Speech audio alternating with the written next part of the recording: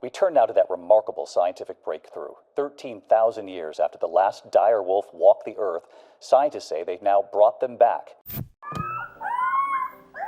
The howl of a dire wolf hasn't been heard on planet Earth for more than 10,000 years. That's because the species is extinct, or was.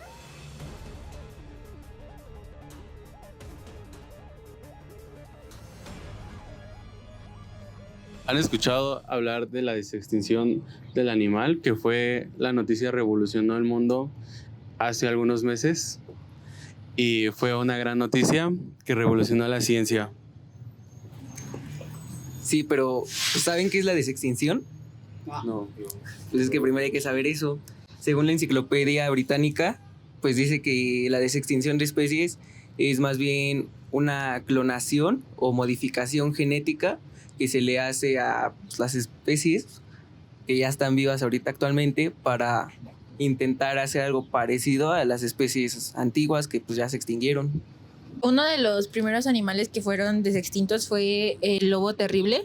Estuvo extinto por más de 12.500 años y por cuestión de la empresa Colossal Biosciences decidieron desextinguirlo y pues traerlo como que otra vez a la vida, ¿no? Pero al final es como dice Diego, realmente no es una desextinción, solamente es traer a la vida a la especie que sea más parecida y más allegada a lo que es el lobo terrible, porque al final no es completamente el ADN del lobo terrible. Sí, pues ahí esa empresa le dio vida a Rómulo y Remo, que son dos cachorritos que de esa misma especie, pero aquí lo que sale más a como sobresale es de que esa especie pues es una mezcla entre un lobo gris y el ADN según del lobo terrible, que fue ocupado por un colmillo de hace más de 11.500 años, creo que vi.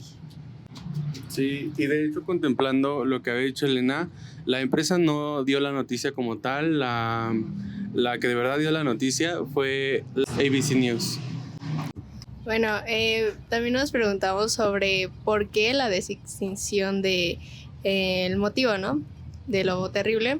Bueno, pues todos los científicos pues, están muy interesados en querer revivir esa genética. Quieren aprender sobre el pasado, de cómo vivían, cazaban, se relacionaban con otros animales. También cuidar los ecosistemas. Nosotros en la actualidad pues ya no somos tan conscientes con los animales. Existe mucho maltrato animal y pues también es concientizar a la sociedad. O no, tal vez solo es puro interés de la empresa por revivir una especie que está en la imaginación de todos, ¿no?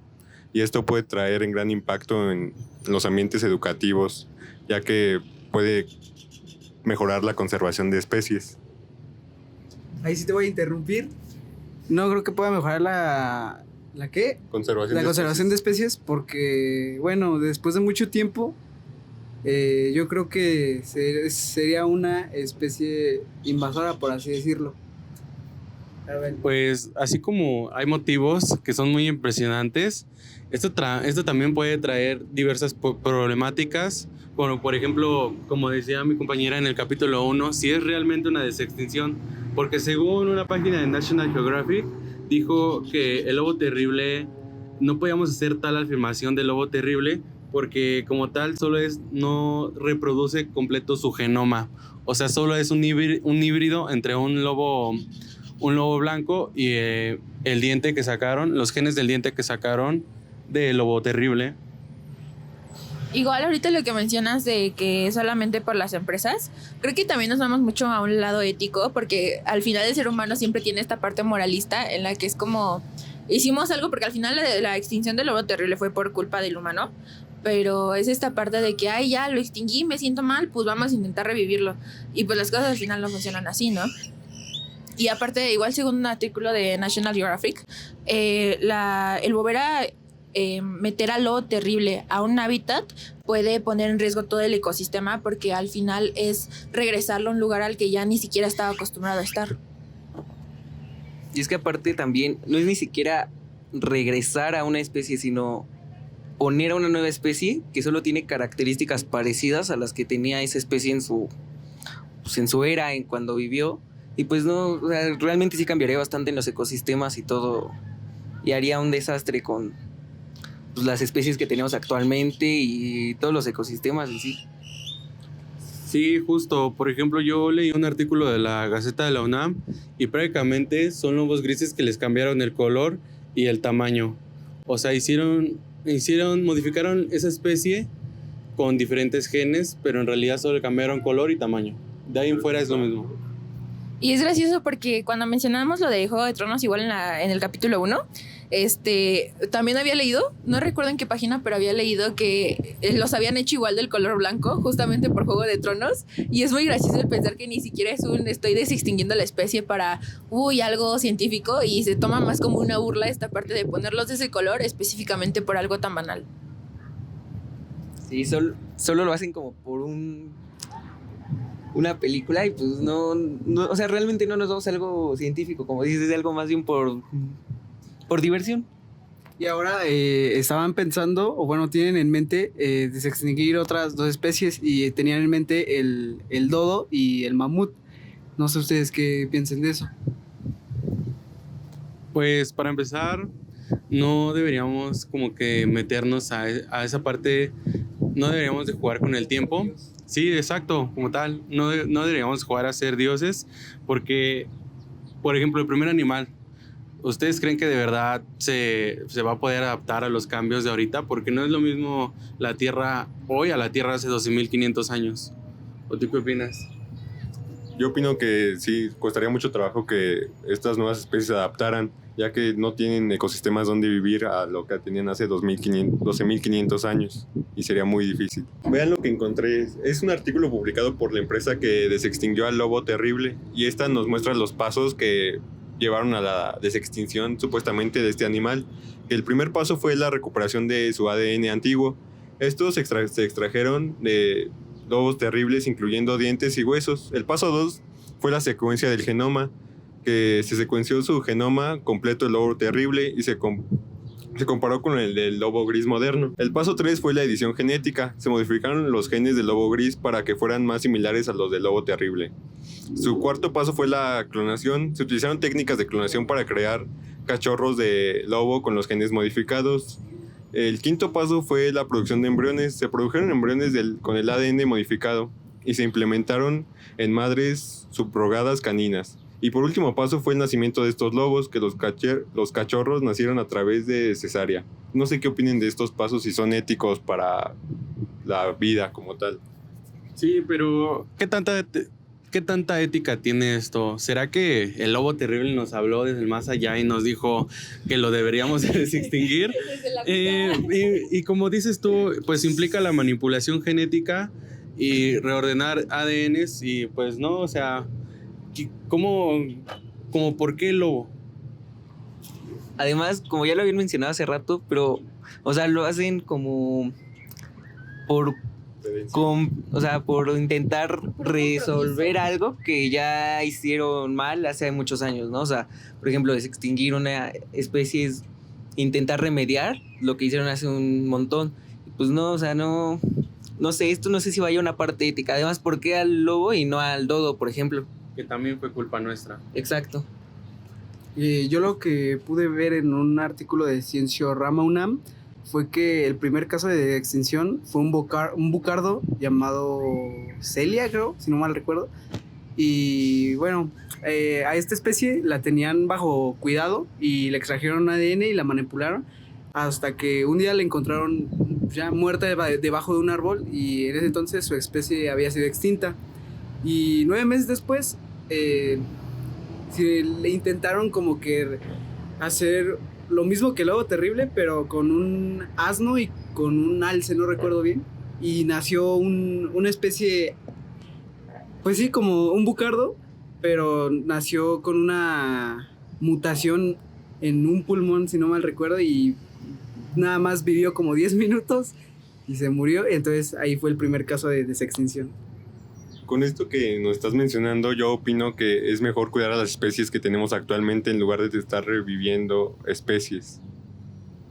Y es que también volvemos a lo mismo, o sea, quizá también parte de esta desextinción de las otras especies, su segunda extinción es como que igual a lo mejor causada por las distintas condiciones climáticas, porque al final, creo que recuerdan que lo vimos en la clase de biología, que la atmósfera y todos los químicos que tenía como tal han cambiado durante los años, ¿no? Y es completamente normal. Por ejemplo, ahorita que estamos dejando una huella de carbono, pues obviamente las especies en un futuro igual se van a extinguir, y si las vuelven a traer, entre comillas, a la vida, pues no van a poder, porque al final no van a tener los mismos ambientes que ahorita. O sea, no tiene ningún sentido.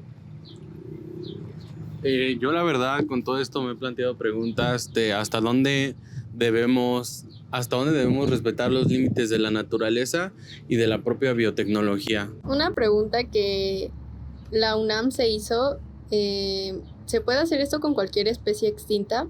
Y acá dice, pues no importa cuál de las técnicas para desextinguir se use, en todas se requiere ADN, que esta es una condición que permite analizarlo.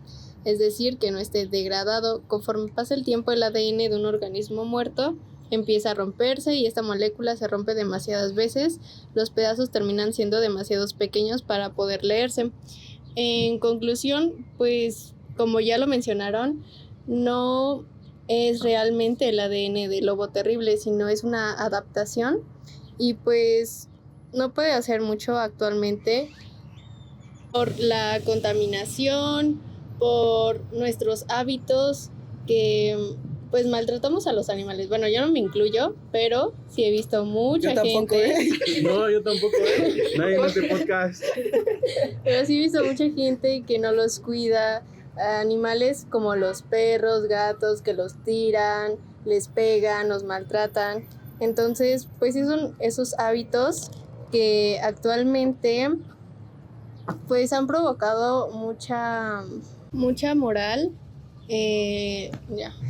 No tienen mucha moral la sociedad, ya que violentan a estos animalitos y no tienen la capacidad de hacer sobrevivir a estos animales. Sí, igual National Geographic ha estado mandando muchos artículos últimamente en sus páginas, hasta revistas, y por ejemplo, esta reintroducción de la especie extinta podría poner en peligro a las otras especies, como lo dijo Regina.